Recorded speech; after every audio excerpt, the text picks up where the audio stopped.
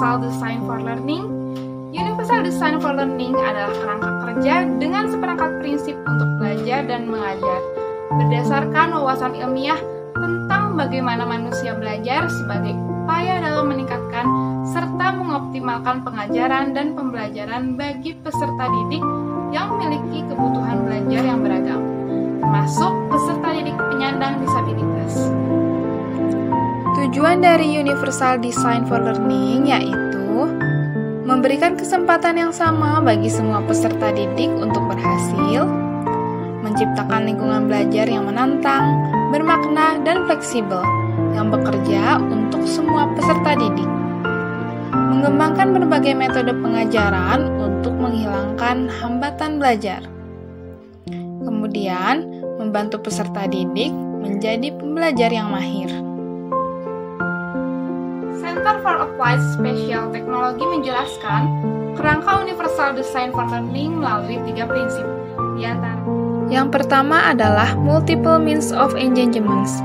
Maksudnya adalah menyediakan berbagai cara keterlibatan untuk mendukung pembelajaran afektif, yaitu mengapa kita belajar, di mana kita mempertimbangkan bagaimana melibatkan peserta didik guna merangsang minat dan memotivasi dalam belajar melalui kegiatan seperti pembelajaran kolaboratif, permainan dan simulasi, nyata dan virtual. Yang kedua yaitu multiple means of representation. Maksudnya adalah menyediakan berbagai sarana yang representatif untuk mendukung cara kita memberikan makna pada pembelajaran, atau menyediakan konten melalui berbagai cara seperti diskusi, bacaan, teks digital, dan presentasi multimedia. Yang ketiga yaitu multiple means of action and expression.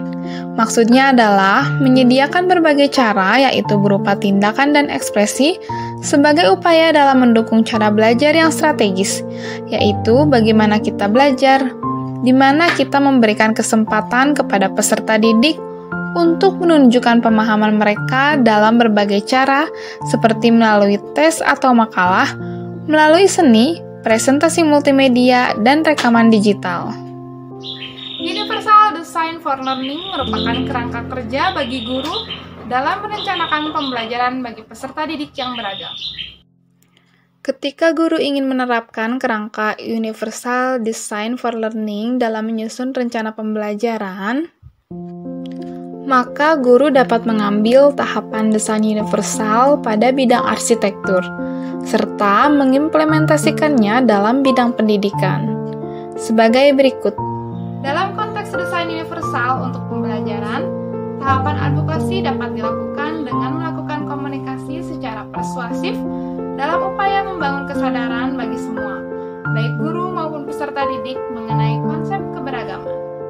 Tahap advokasi ini diharapkan dapat membangun kesadaran akan adanya kebutuhan yang beragam dari setiap peserta didik, rasa saling menghargai, percaya diri, dan dapat memotivasi semua agar saling bersinergi guna melakukan perubahan dalam pembelajaran untuk keberhasilan bersama. Melihat desain tangga di bawah ini, arsitektur berusaha memberikan akomodasi untuk keberagaman penggunanya. Akomodasi berupa pegangan tangan ditujukan untuk pengguna lanjut usia, jalan landai untuk mengakomodasi pengguna yang menggunakan kursi roda, dan membuat titian tangga yang tidak tinggi untuk mengakomodasi peserta didik kecil agar mudah menggunakan tangga tersebut. Desain tangga ini pada akhirnya dapat digunakan oleh semua orang. Sebagaimana desain tangga tersebut, guru diharapkan dapat mendesain sebuah pembelajaran yang dapat mengakomodasi keberagaman peserta didik yang ada di kelasnya.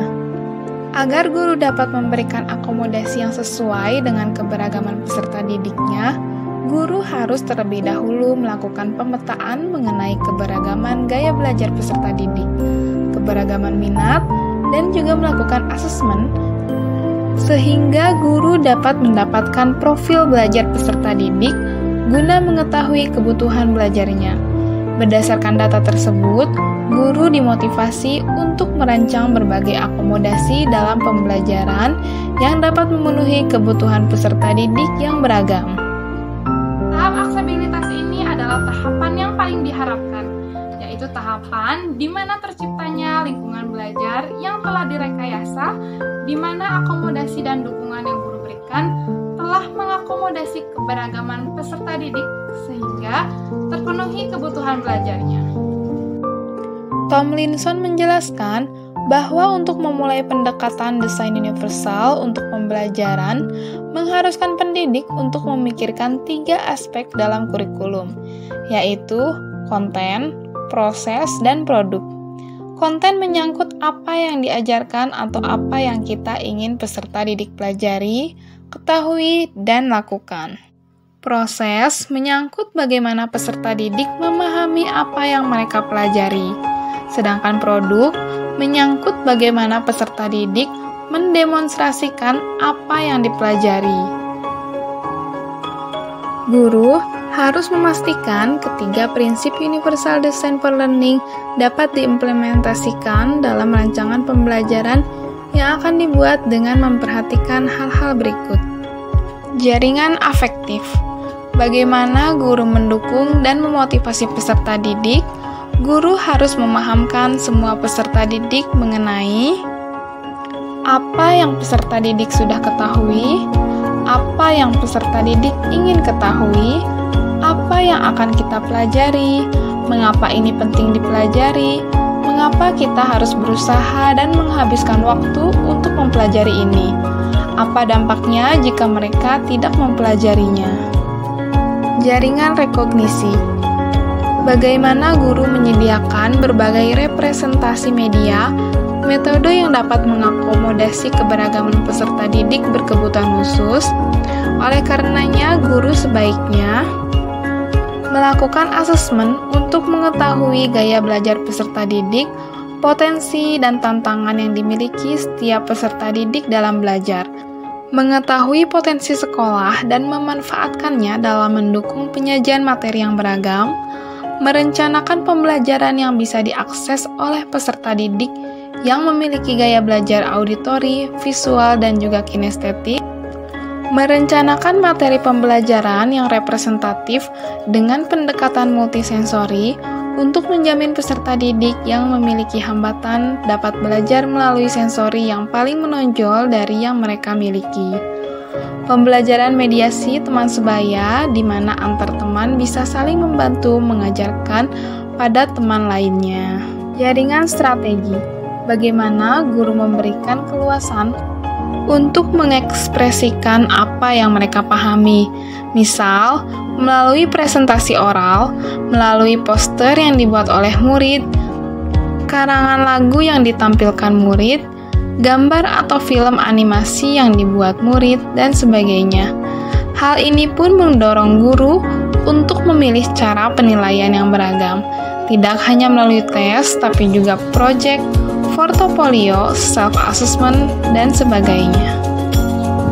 Guna mengimplementasikan prinsip Universal Design for Learning ini, dalam merancang pembelajaran, ada beberapa hal yang guru lakukan, yaitu pertama, mengenali keberagaman peserta didik. 2. Mengidentifikasi faktor-faktor yang mungkin menghambat pembelajaran. 3. Menganalisis potensi sekolah. 4. Menentukan tujuan pembelajaran yang jelas. 5. Menciptakan lingkungan yang dapat memotivasi peserta didik untuk belajar, fleksibel, dan melibatkan semua. 6. Memanfaatkan semua potensi sekolah guna menyediakan berbagai representasi sumber daya yang variatif sehingga dapat mengakomodasi keberagaman dari peserta didik. 7. Memberikan kesempatan yang beragam bagi peserta didik dalam proses penilaian dengan cara mengekspresikan setiap hal yang didapat atau dipahami dalam pembelajaran.